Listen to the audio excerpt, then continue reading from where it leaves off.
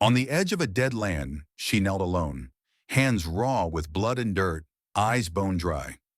They called Sadie Harper the widow of ghosts, cursed, untouchable. But when an outlaw stepped through the dusk, gun low on his hip, shovel in his grip, the whole town had to choose, draw or walk away. He said nothing at first, only the scrape of his boots in the dust. Then his voice like dry thunder. "You once saved me. Let me carry this." This isn't just a story about death. It's about how a heart, rotted by grief, finds the nerve to bloom again, even in dust and gun smoke. Out here, mercy wears a gun belt, and love demands a grave be dug first. Before the wind turned bitter and the ground forgot how to hold rain, Sadie Harper's name was spoken with warmth on every porch in Red Hollow. She was a young woman then, quick to smile, quicker to lend her hands where medicine failed and prayers fell short. People trusted Sadie because her trust never wavered. Her husband, Silas Harper, was the same. Folks said he could coax hope out of stone. He built the first small chapel on that patch of Kansas dirt, hammering cedar planks and raising the steeple so it'd catch the morning sun. When dust storms rolled through and roofs vanished like loose leaves, Silas and Sadie's door stayed open. Kids with runny noses and scraped knees would gather inside, tracing letters with calloused fingers, while Silas read psalms in a voice that made you believe he knew the words by heart. Sadie was more than the preacher's wife. She was a midwife, an herbalist, a secret keeper for the town's hidden wounds. She knew which roots would cool a fever, which leaves would ease a cough when the doctor was 2 days' ride away, and whiskey did more harm than good. If a baby came too early, it was Sadie's hands that caught it. If an old man's eyes clouded with infection, it was her poultice that gave him back the sunrise for another week or two. Molly Tate used to sit on Sadie's porch, begging for willow bark when her joints swelled like knots. An old blind man beyond the West Ridge called Sadie Little Light because she never brought pity, only presence. There was a harvest one summer, the worst dry spell in a decade. The town's well cracked to dust, and one by one families lined up at the Harper house. Some folks whispered that giving away their last bucket would doom them all, but Sadie ladled water to the last drop. Nobody went home thirsty that night. They called her a blessing, until the ground turned on her. When Sadie's boy Rowan Harper came into the world, his cries echoed under that cedar roof like a hymn. He grew strong, his feet bare in the garden rows Silas taught him to weed, his hair always scented of sage. He'd run up and down the chapel steps, chasing fireflies into jars so his mama could keep them by her bedside lamp. But then the fever came. Some said it drifted up from the south with a family of drifters passing through. Others claimed the wind itself carried plague if the land had been wronged. Rowan's skin burned like hot iron while Sadie pressed damp claws to his head, whispering stories about when the rains would come back and he'd plant pumpkins bigger than his boots.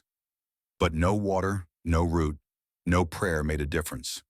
When he died, the same neighbors who once lined up for her helped now cross themselves when they saw her shadow.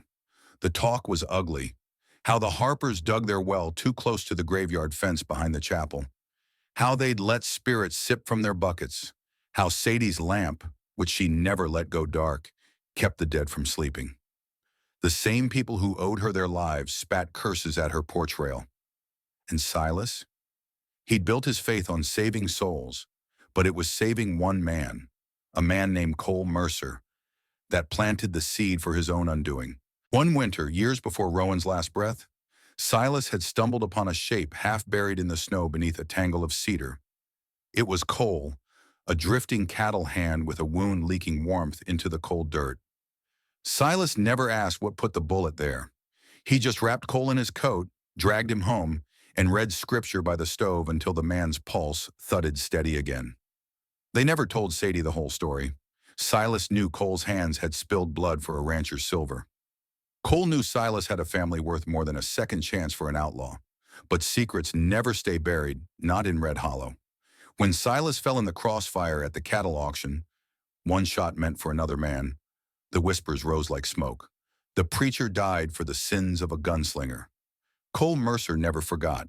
He carved a notch into his revolver for every life he failed to save. And by then, the handle was already worn smooth from too many ghosts. Once he'd sworn vengeance on every man who broke an oath to him. But when he watched his sister, a girl no older than Rowan, freeze behind a locked barn door while he could do nothing but listen to her cries, that's when silence became his shield. Promises were blades, and Cole Mercer had cut himself too many times to make another he couldn't keep. When he finally rode back into Sadie Harper's life, the notch for Silas Harper was the deepest of all. They say every small town has its ghosts. In Red Hollow, they didn't float through the chapel or rattle chains in the dead of night. They stood on 2 feet, carrying baskets of eggs to neighbors they'd cursed before sundown. They whispered prayers at dawn and sharpened gossip like knives by dusk. Molly Tate knew this better than most. Once her name had been spoken in the same breath as Sadie Harper's. Back when they'd both stood in the garden behind Silas Harper's chapel, their children laughing between the rows of rosemary and mint. Rowan Harper and little Maisie Tate were no more than 6 or 7 when they made that patch of stubborn Kansas dirt feel like the edge of Eden. They'd come home with stained knees and pockets full of rocks they swore were lucky. Back then, Molly and Sadie would trade jars of wild honey and stories about the future, about school books and birthdays and shoes that fit come winter.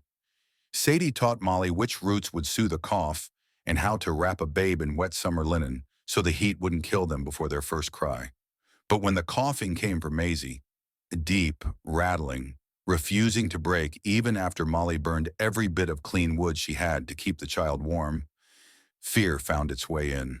They said the plague blew in with the dust that year, but fear is its own sickness, and it clings tighter than fever ever could.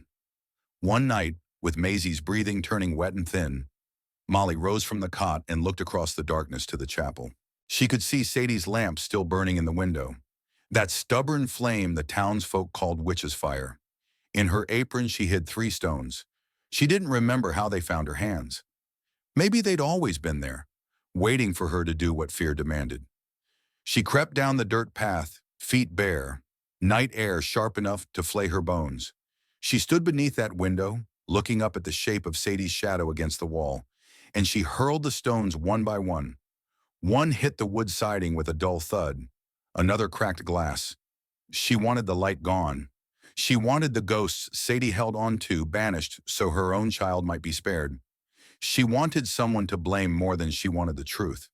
When Maisie died anyway, her last breath dragging through her mother's hands like river silt, Molly could not look Sadie Harper in the eye again. But guilt has roots that grow deeper than hate. So on restless nights, Molly stands behind the fence at the edge of the graveyard, her shawl pulled tight, watching the dirt settle over Rowan's resting place. She mouths prayers she no longer believes in, hoping the boy she once fed honey cakes will forgive her from the other side. Miles away, across a stretch of cracked prairie that the locals called Widow's Hollow, a woman named Clara Raines kept her own ghost company. She'd buried 3 boys before the spring thaw. 3 small graves that swallowed her laughter whole.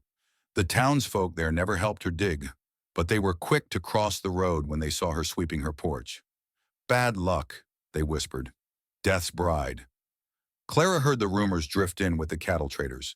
How a woman named Sadie Harper, preacher's widow, dug a grave alone for her fevered boy, while the whole town watched from their windows. Clara didn't have much left to give. Her own garden was a patchwork of weeds and wild yarrow. But she took a bundle of what she could spare. Rosemary for protection, sage for the sickness, yarrow root for grief, and wrapped it in burlap, tied with twine. She didn't ride up to Sadie's porch. She didn't knock or call out. She left the bundle tucked between the slats of Sadie's fence and turned home before dawn. Mercy is a quiet thing, and some debts don't need a name to be paid. In the heart of Red Hollow, tucked away in a candlelit room behind the old brick church, sat Pastor Benedict Shaw, the last preacher Silas Harper ever called teacher. Benedict's hair had thinned to wisps like old wheat, his eyes clouded, but his heart still beat heavy with truths he no longer trusted his tongue to hold. After Silas was buried without hymn or blessing, Benedict wrote letters to Sadie, not the sermons she'd once heard at his knee, but small trembling notes that said only, "May the Lord watch you when I cannot. May he hold your grief when you no longer can," 3 lines. Sometimes 4, but the old man never sent them. He tucked them into the back of his hymnal instead. too afraid to find that his words, so easy from the pulpit, might shatter in her silence. Each week, he'd tell himself, "Tomorrow I'll ride out to the Harper place." Tomorrow always slipped past and the letters stayed folded where they were, a testament to the truth that mercy withers when courage goes hungry. If Benedict's whispers were tender, Pastor Finch Holloway's were a blade in the belly. He filled the gaps Silas left behind, stepping into the pulpit with eyes like polished flint. His sermons bled fear into every pew. He told them Sadie's lamp was no beacon for mourning. It was an invitation for the restless dead. "She feeds her ghosts," he said, voice echoing off the cracked walls. "So long as that flame burns, so do their curses." And the people listened. They wanted something to blame for the fever, the hunger, the land that turned to bone beneath their feet. Finch gave them that. He made Sadie Harper a witch, a gravekeeper, a flame that wouldn't die. In the end, it was easier to fear her than to look in the mirror and see themselves. Empty, hollow, and unworthy of the light she refused to snuff out. In every small town, it's never just the graves you have to dig. It's the stories you bury right alongside them. And in Red Hollow, the roots of those stories still run deep, even when mercy tries to bloom. The night Red Hollow turned its eyes on Sadie Harper. The wind died like it was holding its breath. The townsfolk gathered at the edge of the chapel yard, boots grinding the dust that had buried so much good before any grave ever did. Faces drawn tight with judgment, fingers clutching pitchforks and lamp handles like they might burn away their fear if they held them hard enough. Sadie stood on the chapel steps, the same ones she'd scrubbed 100 times when Silas Harper's voice still filled those walls. Her hair was tangled from hours in the wind, her palms raw from lifting stones and shovels that should never have been hers to lift alone. The old oil lamp flickered in the window behind her, that stubborn flame that everyone said kept her ghost from sleeping. Pastor Finch Holloway stood at the front of the crowd, black coat buttoned high, the whites of his eyes catching the lamplight like a snake before it strikes. He raised one gloved hand, not in blessing but in warning. "Sadie Harper," he called, voice slick as the oil in her lamp. "This land needs peace. Let the dead rest. Put out that light before you call down worse upon us." Sadie's laughter cracked the air like dry thunder. It wasn't sweet. It was a sound born of nights alone with grief for company. "You fear my ghosts?" she spat, stepping forward until the crowd felt her breath. "Tell me, Finch Holloway. Tell all of them. What do you think I have left to fear?" She flung out her arms, palms open to the dark sky. Her voice quivered but didn't break. "I buried my husband when you all looked the other way. I laid my boy under this soil while you shut your doors and pretended you couldn't hear him cough. I've buried every promise you made that you'd stand beside me when the sickness came. And now you stand there with your pitchforks and your prayers like they're worth more than a shovel in my hands." She turned, eyes burning into every face. Molly Tate's, lined with regret. The old rancher who once knelt for her willowbark poultice. The girl who had once sat on her steps begging for warm bread. None could hold her stare. "So come on then," Sadie shouted, voice hoarse with dust and defiance. "If you fear my ghost so much, bury me next to them. But don't you dare stand there and tell me where mercy begins and ends when you never had the guts to dig alongside me." A hush spread through the crowd like spilled oil, ready to catch fire with one spark. But they stayed still, shuffling their feet in the dirt, hoping the shadows would swallow them before her rage did. Beyond the fence where the candle glow fell away and the prairie took over, Cole Mercer knelt beside the small mound of fresh earth that covered Rowan Harper. The boy's grave was shallow because the ground refused to give more, and because no one had come to help her dig. No one but him. Cole's hands gripped the old spade so tight the handle bit into the scars along his palms. He dug more holes in this life than he'd ever admit. Some for the dead, some for the living, who didn't yet know they'd been buried by men like him. He bowed his head, hat brim hiding the guilt etched deep in his eyes. "Silas kept me alive," he murmured to the dirt, the grave, the prairie wind that carried no answers. "Should have let me rot under that cedar stand. If he just walked on, maybe that bullet wouldn't have found his back in the auction yard." His jaw clenched. He could still feel Silas's coat around his shoulders, the preacher's voice reciting scripture like it could chase off death's hounds. He'd carried that warmth for years, and the dead of it too. He ran his thumb over the cracked edge of the shovel blade, as if it might forgive him. "Don't let my hands shake," he whispered, voice hoarse as the gravel beneath him. "Not this time. Don't let me dig another grave that stays empty." In the uneasy circle behind him, Sheriff Caleb Voss stood half in shadow, the polished badge on his chest dulled by the dirt kicked up from restless boots. He'd spent his years in Red Hollow writing his own peace and ink and compromise, never with blood or bullets. But some things he knew now couldn't be buried beneath paperwork and prayer alone. Pastor Finch Holloway moved up beside him, his breath sour with victory. "If we let Mercer stay," Finch hissed, "this place will drown in ghosts. He's a magnet for ruin. Mark my words." Voss didn't flinch. He kept his eyes on Cole's back, on the way the outlaw's shoulders squared with each thrust of the spade into the Kansas clay.